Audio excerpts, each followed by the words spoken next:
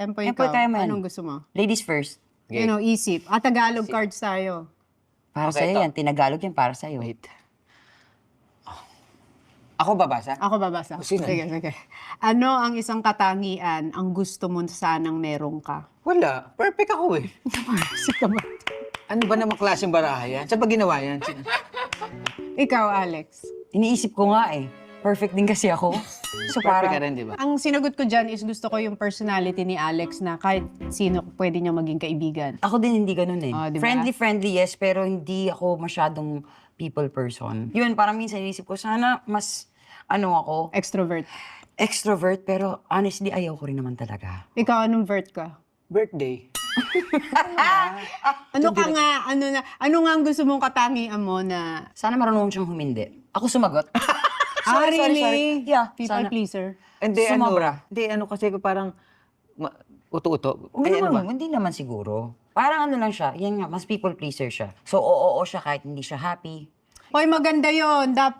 Yung characteristic na yun na sana marunong akong mag-turn down ng tao. Lalo na pag hindi ko gusto. Yes. Ay, si Alex na. Okay, sige. Dito tayo. Ano to?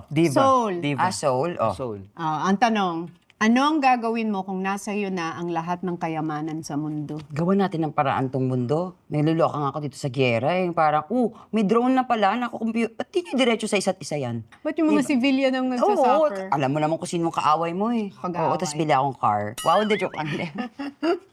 Oo, tapos bigyan ko ng statue si Empoy sa France. Wow. Hindi ba sa Blooming Treat? Wow, sa France ka pa ilalagay. Sa France nga. Gusto ko nga rin eh. Anong posing mo pag naka-statue ka? Rar. Hindi, gusto ko kita yung ngipin. Yan. Yan ang Yan ang perfect. statue mo. Gusto ko nga pa-veneers to eh. Kanina pinag-uusapan namin. So, magpapa-veneers na ba tayo? Matanda na tayo. Empoy, sabi ni Empoy, yung kaibigan ko naka-veneers, hirap na hirap kumain. Kamaya ba kumain pag veneers? Ako, sabi niya. Huwag ka na magpa-veneers. Enjoy mo na yan. Tsaka nabuhay ka na ng ilang taong ganyan. Hindi kasi yung kaibigan ko sa bagang lang. Pwede ba yun? Hindi, hirap siya kumain dahil bagang. Baka gumagaling pa. Kaya nga. Ikaw, anong gagawin mo pag nasa lahat ng kayamanan ng mundo? Hindi ko alam. Hindi ko Bigay mo alam sa akin. gagawin. Alam ko. Bibigay ko sa'yo para makapagtayo ka ng maraming branch mo ng basar. Nang? Basar. Bazar. Basar kasi siya. Ibabazar-bazaran kami. Do you see? Ikaw pa rin inisip niya. Oo nga. Ako naman. Kung may iwang ka mensahe para sa mga susunod na henerasyon, ano ito? Pang beauty queen pala itong mga tanungan dito sa... Tony. Amoy kaldereta. Hindi totoo. Sabay tayo nag-toothbrush Ay, oo kanina. nga. Kanina nga. Tsaka tempura yung ulam ko. Ikaw ah. Sarap nung pagkain niyo rito ah. Ano? Tukoy. Siguro magkaroon sila lagi ng humble heart. Yan. Yun lang talaga. Ikaw, Alex. Basta, kailangan mong maging mabuting tao. Ikaw ba meron? Anong sagot mo? Magdasal lang kayo Tama lagi. naman. Tsaka yung Amen. faith nyo kay God. Tama Amen. naman Huwag yun niyong eh. kakalimutan. Oo, tama. Ako na. Anong gusto mong kategory? Sige. Okay. Ito.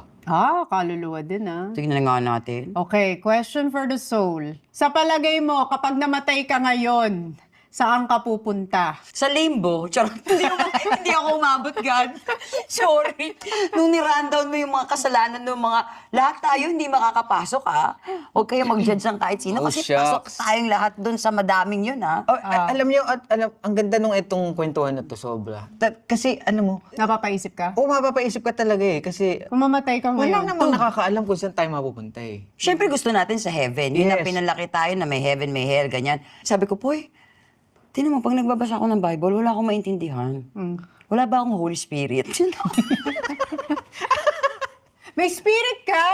Pero hindi ba hindi holy? Sabi ko, ba't ka na ba nagbabasa ko? Wala akong maintindihan. But so far, sa mga nabasa ko, Lex. walang papasok sa langit. Hindi tayo deserving. Hindi tayo deserving.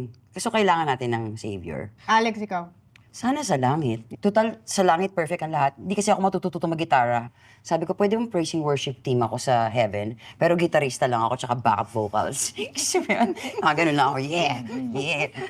Sa praise and worship. Sa praise and music Sa ministry instrument siya, sa instruments. Music ministry ka. Sa music ministry ka, ikaw sa heaven, ano ka? Vocalist. Oo. Wow, gusto mo pa rin ng attention sa'yo lahat, ha? Siyempre, magkabanda tayo. Pwede ba yan? So, tutugtog, ikaw ang singer. Ako. Wow, ako na lang I can audience. show you the world. Aladdin ang kinanta. Shining, shimmering, Sure ka napunta ka sa langit, ah. Tell me, princess, so when did you Wow. last let your heart decide? Oh, si Alex na. Ano to? Dito ta. For the mind. Kung maaari mong burahin ng isang alaala, gagawin mo ba at ano ito at bakit? Oh. Marami akong gustong burahin sa buhay. Grabe naman. Pero yan. kung kasama yung lesson na mabubura, ayoko. Hayaan mo na lang siya doon. Ikaw, may buburahin ka?